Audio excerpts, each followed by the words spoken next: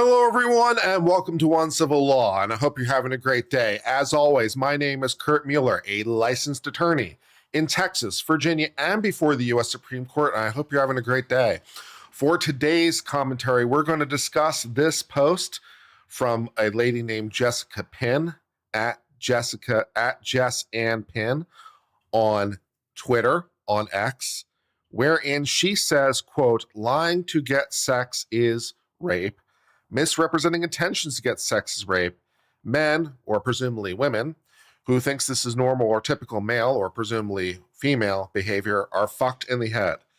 Okay, so we're going to discuss this as a matter of law because I'm a legal educator and I'm here to help you understand these concepts a little bit better.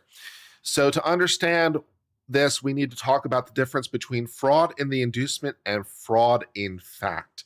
These are two different things, and the distinction matters when it comes to sexual assault, although less so in a normal contract. So let's talk about a normal contract first. Fraud in the inducement versus fraud in fact.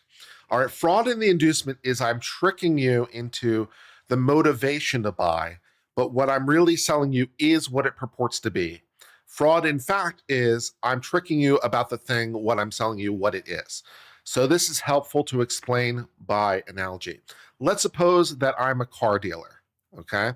And I put out an ad that says, I've got, this wonderful car. It's a wonderful thing. It's a great price, everything's wonderful about it. And the key, of course, for this is that this car does not in fact exist, right? I'm doing a classic bait and switch. Right? So you come to me and say, I want to buy this car. I'm like, oh no, I just sold it. Even though of course it never existed in the first place. I just sold it, but don't worry about it. I've got this other car I'd like to show you. And everything about the car I show you is in fact true, right? It is what it purports to be. I represent what it is truthfully. I tell you about the price, which of course is not going to be as favorable as the price of the thing I advertise, but the price I tell you is in fact the price. You decide to buy it, or I motivate you to buy it, and it is what it purports to be. But I tricked you into coming down, right? This is a bait and switch, and it's illegal. You can't do that. You can't trick someone into deciding to make the purchase and then be like, oh, I've got this other thing, not as good a deal, but it is what it purports to be. You can't do that in a standard sale. All right, fraud in fact would be I'm tricking you about what the thing is. So in this scenario, my advertisement is accurate as far as it goes. So everything I say in the ad is true. But when you come down, I misrepresent something about it. Or I misrepresent what it is, or I withhold substantially material information that I know about. So I trick you about it in some way. The ad could be something really generic. Come down to Joe's car lot. We sell great cars. We have wonderful cars. We make wonderful deals. Something super just generic. So that's true as far as it goes. And then I come down and I show you this car, but it's not real. And I know this, right? That's the key. I also know as the car dealer that what I'm selling you is not what it purports to be. I have tricked you in some way. I represent it as a model that it's not. I represent something about it. You ask me how the engine is. I'm like, the engine's great. And critically, I know that it's not. So now I'm lying to you about what the thing is. That's fraud in fact. You also can't do that, right? If you ask me questions or I misrepresent, if I say actively, like you don't even have to ask me. If you come down and you're like, oh, I'd like to buy this car. And I'm like, fantastic. It has a great engine. It's never been in an accident. It's fantastic in every way. And I know those things aren't true. The engine is shit. It's been in many accidents, right? I'm lying to you. I can't lie, right? So that's fraud in fact. Okay, and of course you could have both. You could have both fraud in the inducement and fraud in fact at the same time. So I could trick you into coming down to the store with a bait and switch ad, and then the thing I bait and switch you into is also not what it purports to be. So you could have both. They're not mutually exclusive, but they're independent concepts. So hopefully that explains this a little bit better, okay? And so you understand this concept. Okay, so when it comes to consent to have sex, fraud in fact is rape, but fraud in the inducement is not. All right, so let's discuss what those would look like So a scenario where you had have fraud in fact would be, for example, the movie Revenge of the Nerds. Okay, in the movie Revenge of the Nerds, the nerd puts on this Darth Vader mask, knowing that the girl is coming to have sex with her boyfriend at this amusement park or something, right? They're in some sort of room and he knows that she's coming to have sex with her boyfriend.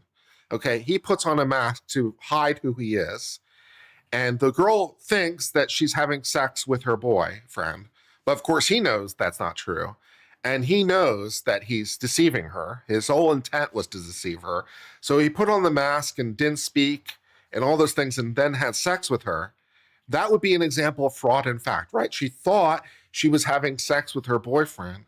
He has deceived her by putting on the mask and not speaking and so forth and so on. That would be fraud in fact, as an example. Or another example of fraud in fact is saying, okay, I'm going to wear a condom and then not, right? Because I'm deceiving you about what it is, right?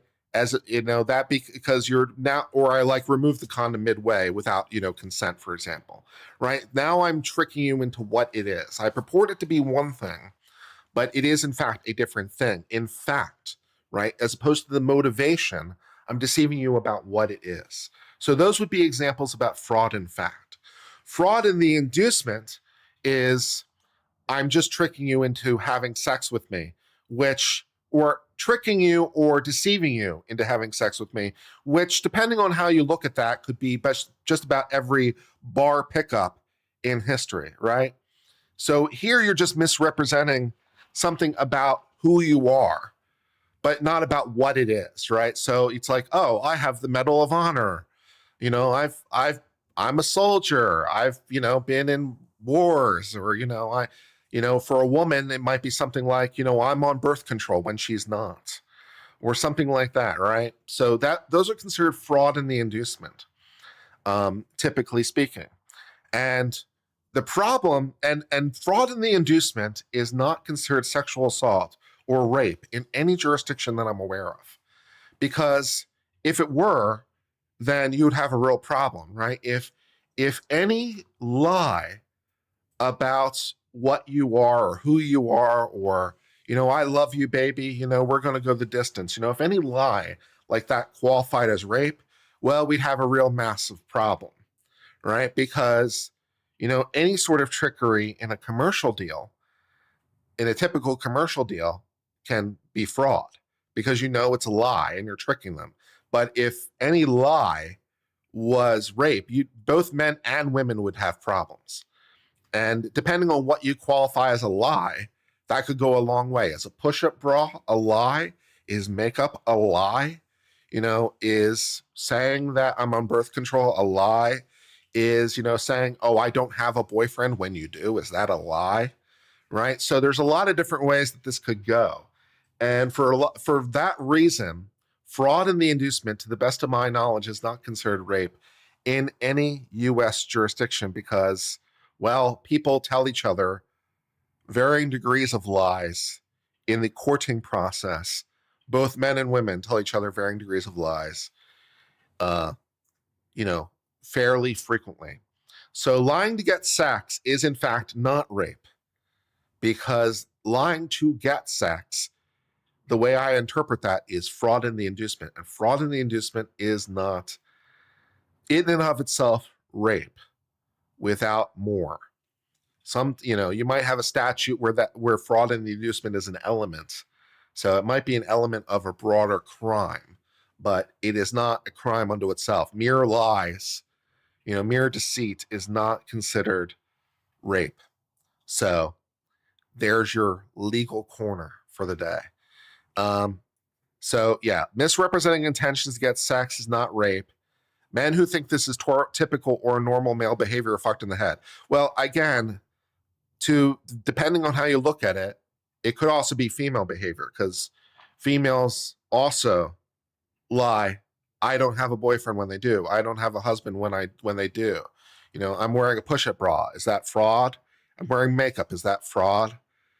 So because it's misrepresenting you, or potentially or you have a different hair color, right? You've dyed your hair. Is that a lie? Maybe. So like, both men and women arguably engage in varying degrees of deceit, and what you consider to be a lie is a problem. I mean, if you like, for the hair dye example, is actually really interesting, because if I, sold you a car, that, had one car color versus another, that might be a lie, right? If I say it's a red car and it's a blue car, come down to, Bob's car shop. I've got this lovely blue car, but it's in fact red. And I'm not colorblind, so I know I'm lying to you. If the only misrepresentation is the color of the car, but that's a material lie because you really like blue cars, then that can qualify as fraud. So hair dye might be a fraud too. So we have to look into every woman who uses hair dye and makeup and push-up bras and lies about being on birth control, lies about having a boyfriend or girlfriend, and so forth and so on. And of course, the male equivalents of that. I love you, baby, love you forever. We're going the distance, blah, blah, blah, blah, blah, blah, blah. So yeah, so that's a little bit of the legal distinction there. So I hope this was helpful. So that is a brief corner of the law on this issue. Fraud in the inducement is not considered rape in any jurisdiction I'm aware of. Again, it might be an element in a crime where that, in addition to other things, might be a crime, but it is not a crime unto itself, whereas fraud, in fact, would be. So again, like if you're pretending to be the boyfriend, right, you are pretending to be the boyfriend and that you're trying to deceive them. Now you're deceiving them into what it is. Right? Because you're no longer tricking them into their motivation. You're tricking them as to what it is. And that's no bueno. So hopefully that clarifies all this for Jessica Pin over here. Hopefully that will help understand the law a little bit better. I've been Uncivil Law. I hope all is well. Cheers, my friends, for now, and goodbye.